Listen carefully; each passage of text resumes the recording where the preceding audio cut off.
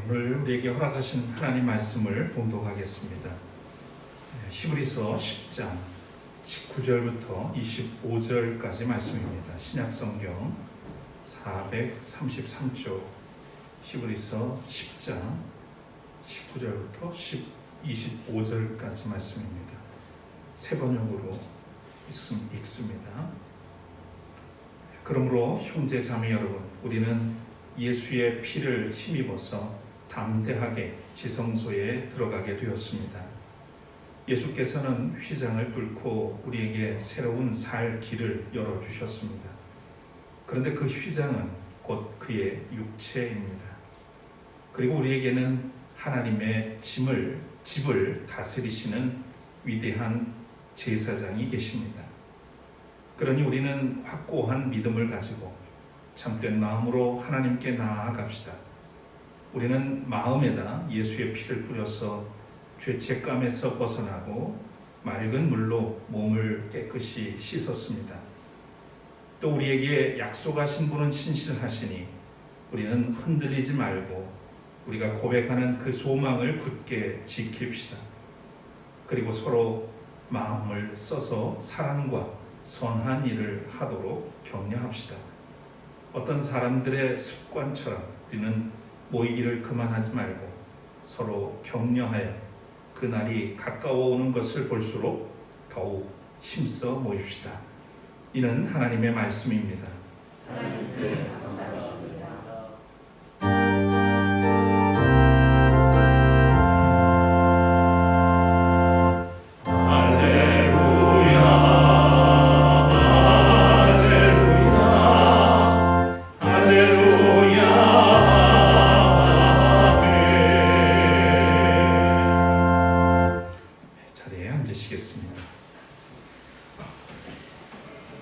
오늘 예배 자리에 함께 하신 여러분 다시 한번 환영하고 축복합니다.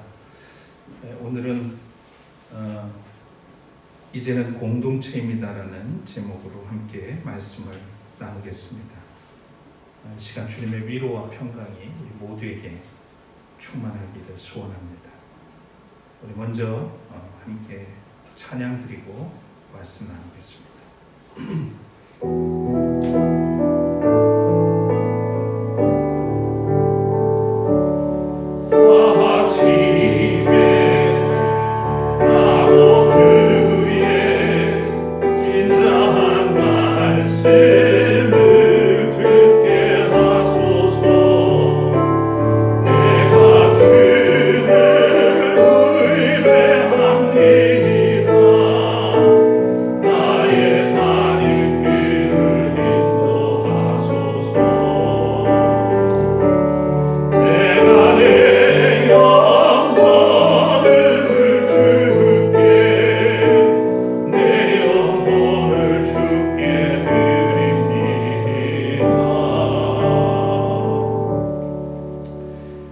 주님, 오늘도 저희들을 부르시고 이 시간 주의 말씀 앞에 세워주시니 감사합니다.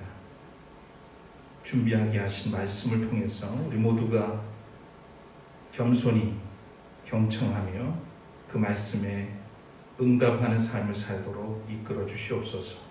성령을 통해서 이 시간 우리를 감화시켜 주옵소서.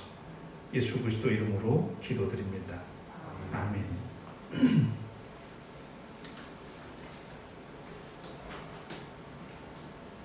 세상은 나날이 시끄러워지고 코로나 상황은 아직도 엄혹하지만 소리 없이 봄꽃은 우리 곁에서 피어나고 있습니다.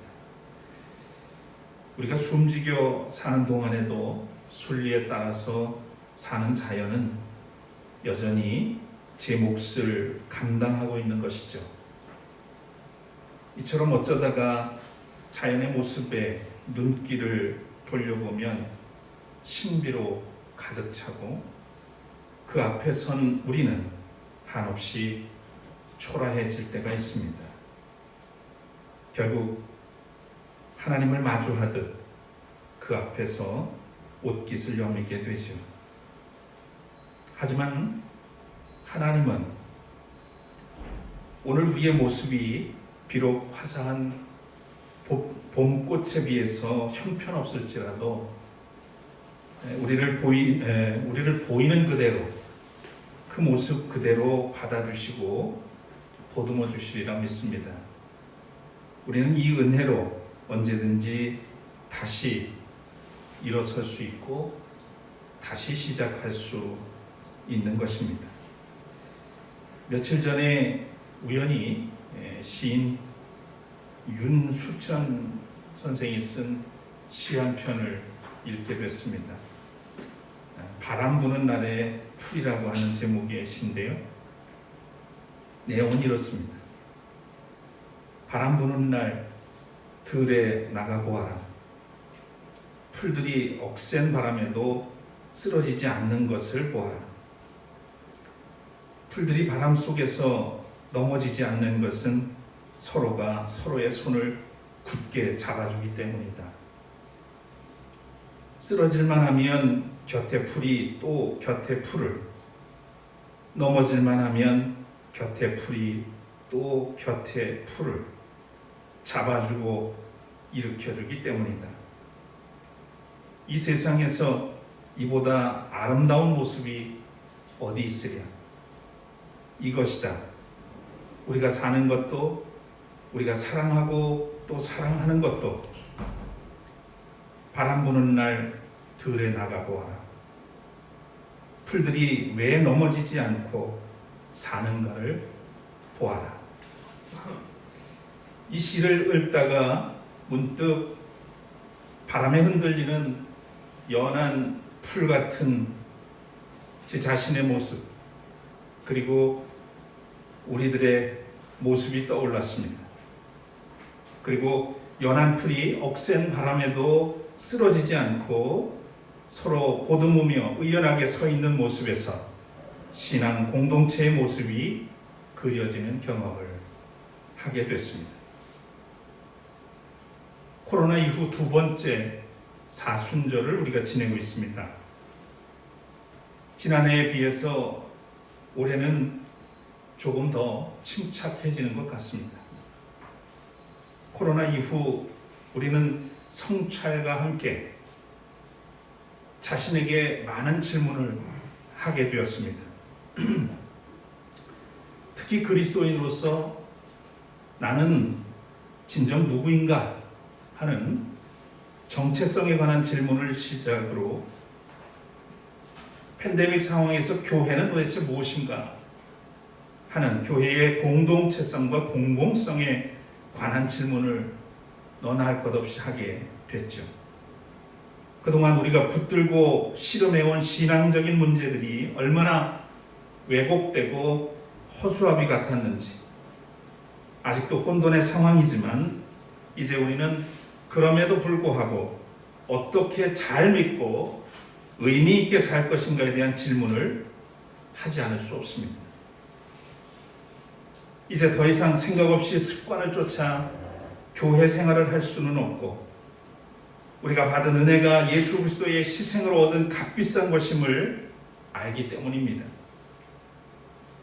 최근에 보도된 자료를 보니까 코로나 팬데믹 이후에 우리나라를 비롯해서 전 세계의 그리스도인들의 신앙심이 더 낮아지지는 않았다. 현상 유지 내지는 조금은 더 나아졌다라고 하는 보고를 봤습니다. 아주 미세하지만 조금은 더 나아졌다는 이야기가 있어서 조금은 반가웠습니다만, 사람은 고난이 올 때 또는 한계 상황에 직면할 때 하나님을 의지하는 경향이 있죠. 그동안 자기중심적으로 경쟁에서 이기는 것을 삶의 목표로 살아온 우리에게 코로나 팬데믹은 치명적인 교훈을 주었습니다. 그것은 세상은 나 홀로 사는 것이 아니라 함께 기대어 사는 것이라고 하는 교훈이죠. 자연의 재앙으로 인한 인간의 위기 앞에서 세계의 지성들은 공생과 공동체의 가치에 대한 목소리를 높이고 있습니다. 호모 신비우스, 혹시 이런 말 들어보셨습니까? 우리가 아는 것처럼 인간의 학명은 호모 사피엔스입니다. 생각이 깊고 슬기로운 그리고 현명한 인간이라는 호모 사피엔스. 이것은 스웨덴의 식물학자 린네가 명명한 말이고 그 이후 오랫동안 인간의 모든 동물 중에서 가장 현명한 존재로 이해되어 왔습니다. 그렇지만 20세기에 1차, 2차 세계대전을 겪고 나서 인류는 인간의 실존과 허물을 깊이 경험하게 됩니다. 전쟁으로 무자비한 파괴를 경험한 인류는 이를 극복하기 위해서 21세기의 눈부신 과학기술과 정보통신기술의 진보를 이루어냅니다. 그러나 지금 생태 파괴로 인한 기후위기와 자연의 재앙을 피할 수 없게 됐습니다. 나날이 다수의 희생과 피해가 지구 곳곳에서 일어나고 있죠. 생태학자로 알려진 최재천 이화여대 석좌 교수는 10년 전부터 우리는 호모 심비우스가 되어야 한다고 주장해 왔습니다. 우리가 지구에 오래 살아남고 싶다면 호모 사피엔스에서 이제는 호모 심비우스로 거듭나야 된다. 그렇게 말해왔죠. 이 호모 심비우스는 더불어 사는 인간, 즉 공생인이라고 하는 말입니다. 이 호모 심비우스라는 말은 최 교수가 직접 만든 말로 그렇게 표현되어지는데 공생, 공존, 상생이라고 하는 심비우스에서 착안했다고 합니다. 함께라고 하는 뜻의 신, 그리고 리빙, 삶이라고 하는 뜻의 비오시스라고 하는 그리스어에서 나온 말입니다. 보통 생물의 존재 방식은 크게 두 가지입니다. 하나는 경쟁하는 방식이고 또 하나는 협력 내지는 공생하는 방식이죠. 우리가 경험해 왔듯이 경쟁보다는 협력해서 또는 공생하는 것, 이것이 모두가 평화로워지는 일이라고 하는 것, 이것을 알고 있습니다. 그래서 최 교수에 따르면 공생하는 인간에게 가장 요구되는 능력은 공감 능력이다. 그렇게 얘기를 하죠. 인간을 비롯한 모든 생물이 서로 공감하면서 공생하는 것이 우리가 살 길이라고 하는 말입니다. 그런데 여러분, 공생, 그러니까 공동체적인 삶과 신앙은 결코 새로운 방식이 아니라는 겁니다. 공생이 우리의 길이라는 것은 이미 성서에서 그 원천을 볼 수가 있습니다. 삼위일체 하나님이 공동체이시고 기독교 신앙의 기초가 개인이 아닌 공동체를 바탕으로 하고 있다는 것을 조금만 생각해 보아도 우리는 알 수 있습니다. 구약에서는 아브라함을 시작으로 하는 가족 공동체, 이스라엘이 대표되는 민족 공동체가 나오죠. 그리고 신약에서는 예수 그리스도와 제자 공동체, 그리고 성령이 이끄는 신앙 공동체, 교회입니다. 우리는 본래 창세 이후로 삶과 신앙을 공유하는 이 공존해야 살 수 있는 운명 공동체입니다. 그래서 세상의 불의와 악에 맞서 싸워야 하는 우리가 자기만 살겠다고 몸부림치는 것은 부끄럽고 무모한 일이 아닐 수 없습니다. 오늘 본문을 담은 히브리서는 유대교에서 개종한 그리스도인에게 보낸 편지입니다. 그런데 내용을 보면 편지라기보다는 설교문에 가깝죠.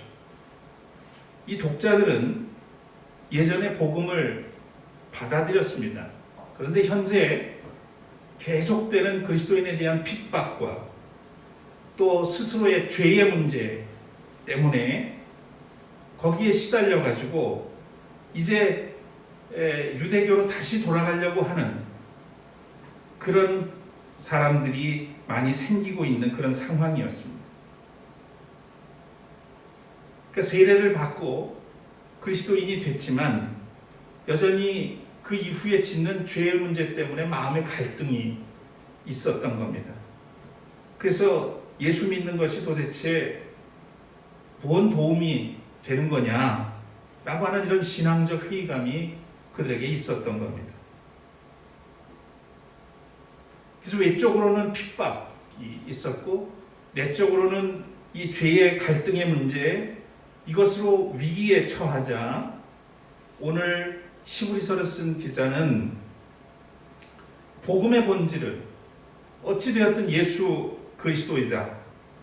그는 천사보다, 그리고 천지자보다, 제사장보다, 율법보다 우월하신 분이고 예수의 이 십자가의 죽음이 영원히 효과 있는 제사로서 과거의 죄뿐만 아니라 현재의 죄도 다 해결해 주신다고 하는 것을 확신 주는 그런 이야기들로 되어 있습니다. 특히 오늘 본문은 그리스도를 통해서 누리는 은혜에 대한 설명을 하면서 진정한 공동체를 이루어 나갈 것을 권고합니다. 공동체. 19절 이하에 보면 우리의 대제사장이신 예수께서 육체로 성전의 휘장을 찢어 놓으시고 성도라면 누구든지 그 지성소에 들어가서 하나님을 만날 수 있는 은혜를 얻게 되었다고 밝혀줍니다. 이렇게 구원받은 성도들이 모인 곳이 뭡니까? 교회죠. 그리스도의 공로로 그 은혜를 입은 사람들이 모인 공동체, 바로 교회입니다. 건물이 아닙니다. 공간이 아니죠. 교회는 보이지 않는 예수님의 몸을 보여주기 위해서 존재하게 하신 겁니다. 사도 바울은 그래서 교회는 그리스도의 몸이며 우리는 그의 지체라고 말하고 있습니다. 그래서 교회는 존귀하고 영광스러운 것입니다. 근데 여러분 요즘 어떻습니까? 우리의 잘못으로 사람들이 교회를 혐오하게 만든 것은 결국 우리가 그리스도의 몸을 혐오하게 만든 겁니다. 요즘 성도들조차도 교회를 귀하게 여기지 않고 함부로 말하고 하찮게 생각하는 것을 종종 보게 됩니다. 결국 그리스도의 몸을 존귀하게 여기지 않는 무례한 일입니다. 하나님을 근심하게 하는 일들이죠. 여러분 생각해 보시죠. 우리가 스스로 교회를 부정하는데 누가 교회를 그리스도의 몸으로 여겨서 구원의 은혜를 얻을 수 있겠습니까? 교회는 사람들의 모임 이전에 그리스도의 몸입니다. 그리스도의 몸이기 때문에 우리가 거기에 지체가 돼서 하나의 공동체를 이루게 된 것이기 때문이죠. 그래서 우리는 공동체에 대해서 함부로 말하거나 품격 없이 대하는 것은 옳지 않습니다. 그 어떤 교회, 어떤 공동체에 대해서도 마찬가지입니다.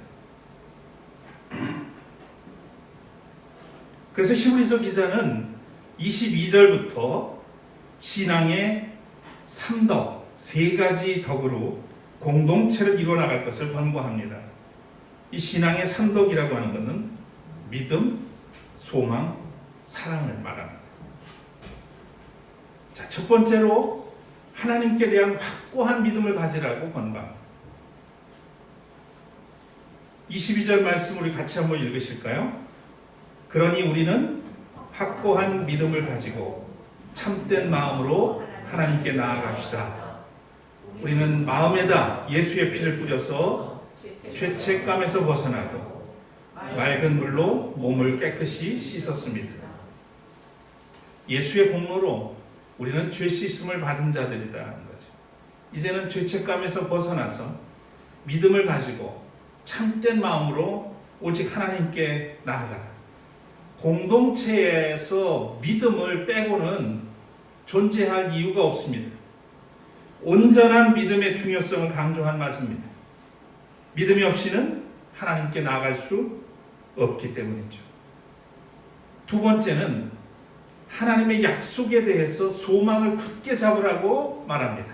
소망을 굳게 잡으라. 23절 읽습니다. 또 우리에게 약속하신 분은 신실하시니 우리는 흔들리지 말고 우리가 고백하는 그 소망을 굳게 지킵시다.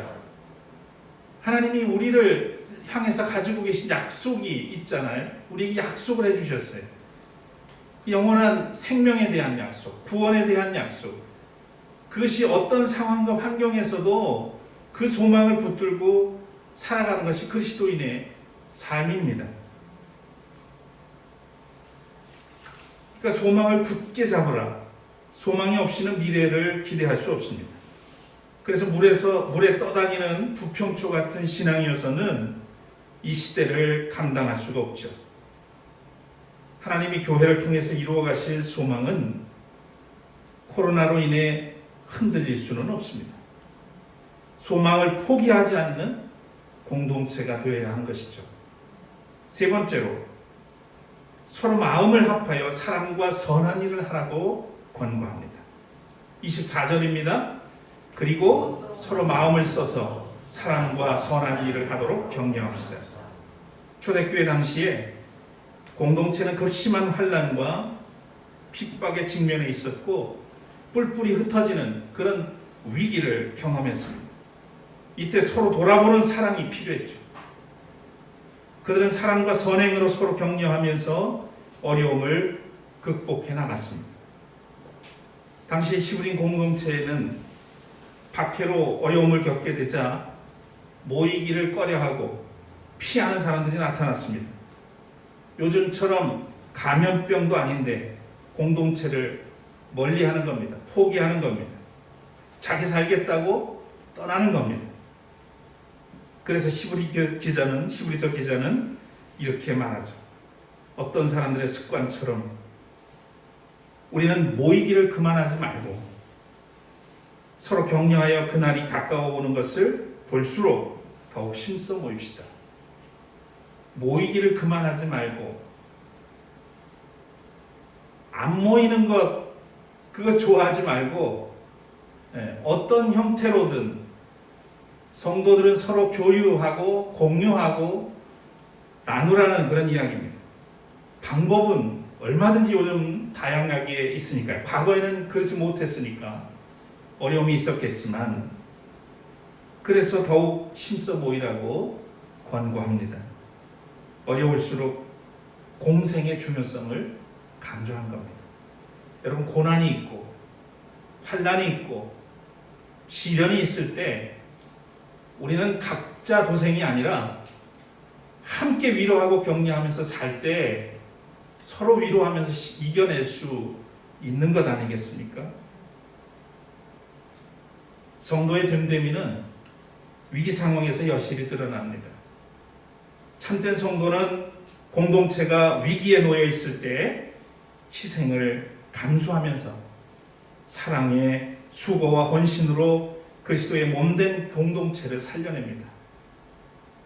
됨됨이가 부실한 성도는 위기가 느껴지면 혼자 살겠다고 스스로 부정하고 공동체를 떠나버립니다.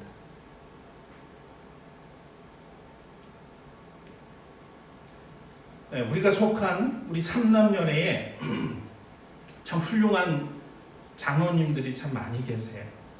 우리 교회 장로님들도 훌륭하시지만 제가 다른 데서 봤던 장로님들보다도 참 좋은 훌륭한 분들이 참 많으신데 그 중에 한 장로님을 제가 소개하려고 합니다.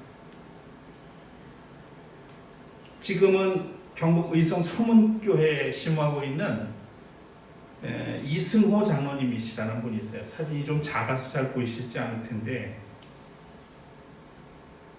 이분은 원래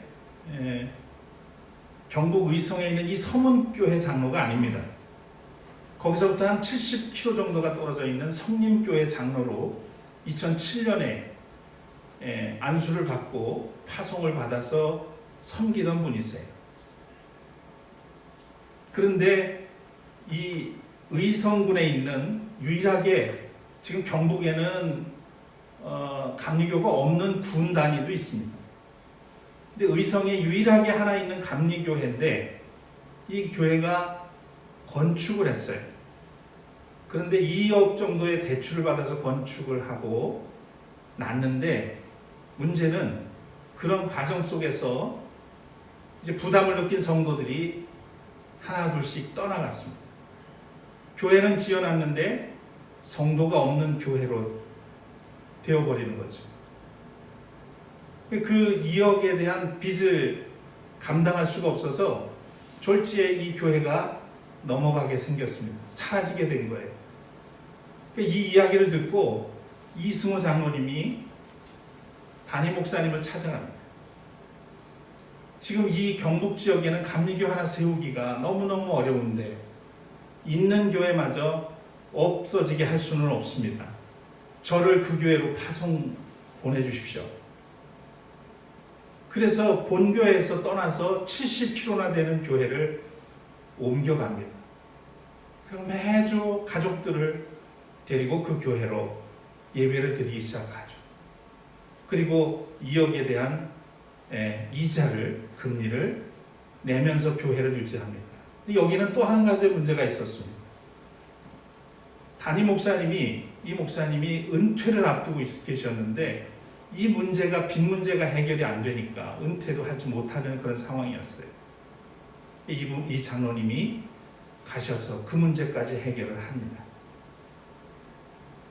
근데 이 이야기가 쉽지 않은 일이잖아요. 여러분 누구나 할 수 있는 일입니까? 쉽지 않은 일이에요. 이 이야기가 우리 감리교회에 알려지게 됐어요. 그래서 서대문 지방에서 개척교회를 세우기 위해서 준비해 놓은 기금 2억 2천만 원을 이곳에 보냅니다. 그래서 그 빚을 탕감하게 되고 담임 목사님은 은퇴하고 새로운 아주 멋진 목사님이 오셔서 그 교회를 지금 잘 섬기고 있어요. 지금 40-50명의 성도들이 아이들과 함께 교회를 다시 역사를 써가고 있다는 보고를 최근에 봅니다. 하나님은 이 장로님의 마음을 움직여서 교회를 살리신 거죠. 얼마나 귀감이 되고 자랑스럽습니까? 교회를 사랑하는 방식은 굉장히 다양합니다. 그런데 교회가, 내가 섬기던 교회가 아니지만 위기를 당했을 때 헌신을 통해서 이 교회를 살려내고 하나님께 영광을 돌리는 이런 믿음의 모습이 오늘 우리에게 있는가 생각해 보지 않을 수가 없습니다. 사람의 생각을 넘어 하나님은 공동체를 통해서 일하십니다. 그래서 그리스도의 몸된 공동체를 사랑으로 돌보는 성도는 아름다운 것입니다. 여러분, 우리는 극도로 이기적인 시대를 살아가고 있습니다. 만남이나 관계가 매우 계산적입니다. 의미와 가치보다 손익계산을 하면서 사람을 대하죠. 이런 습성은 교회에서도 아무렇지도 않게 행해지고 있습니다. 초대교회 성도들의 모습이 그렇듯이 진실한 성도들이 모인 공동체, 예수 안에서 새로운 피조물이 되고 성령의 사람으로 거듭난 성도들은 함께 신앙생활하는 사람들을 타인으로 보지 않습니다. 그리스도의 한 몸을 이룬 지체로 여기고 돌아보죠. 우리도 사도 요한의 권면대로 말이나 혀로 사랑하지 말고 행동과 진실함으로 사랑해야 할 때임을 우리는 기억했으면 합니다. 서로 돌아보고 격려하는 것은 다른 사람을 위해서 하는 것 같지만 지나고 보면 자기 자신을 위한 일이기도 합니다. 연약하지 않은 사람은 없습니다. 서로 격려하고 붙들어주는 것이 같이 사는 길이죠. 억센 바람 앞에서도 풀이 쓰러지지 않는 것은 서로 굳게 잡아주기 때문이라는 시인의 노래처럼 우리는 호모 심비우스, 공생이게 되어야 하겠습니다. 따라다니는 새들 중에 가장 격려를 잘하고 서로 돌보는 새가 있다고 합니다. 기러기입니다. 원래 기러기는 체질도 그렇고 약하답니다. 다른 새들에 비해서.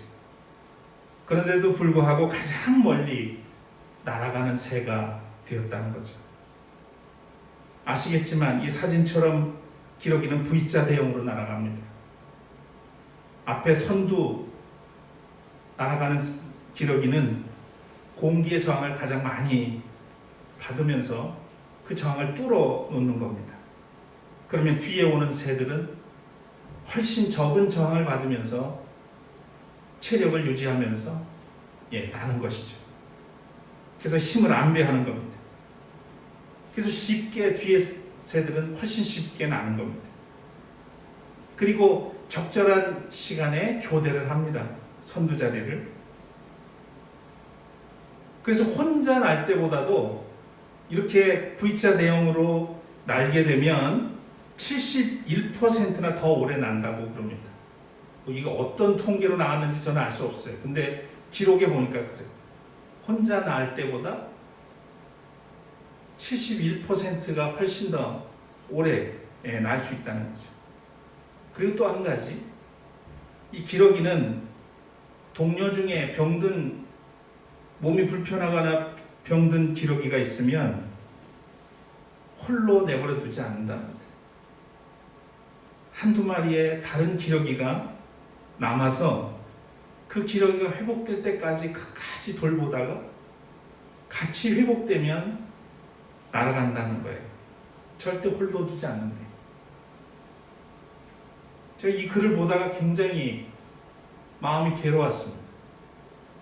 목회자로서 우리 성도들을 그렇게 돌보지 못한 것 같은 그런 마음 때문에 참 마음이 힘들었습니다. 여러분, 새들도 이런데 우리 성도들은 어떻게 해야 될까?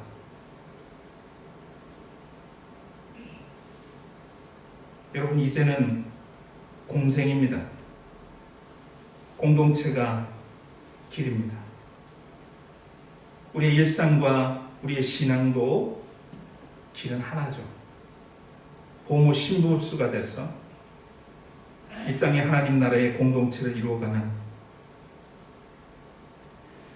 점점 뿔뿔이 흩어져가는 이 시대에서 정말 호모 심비우스가 돼서 이 땅에 하나님 나라의 공동체를 이루어가는 성도들이 되시기를 주 이름으로 축원합니다.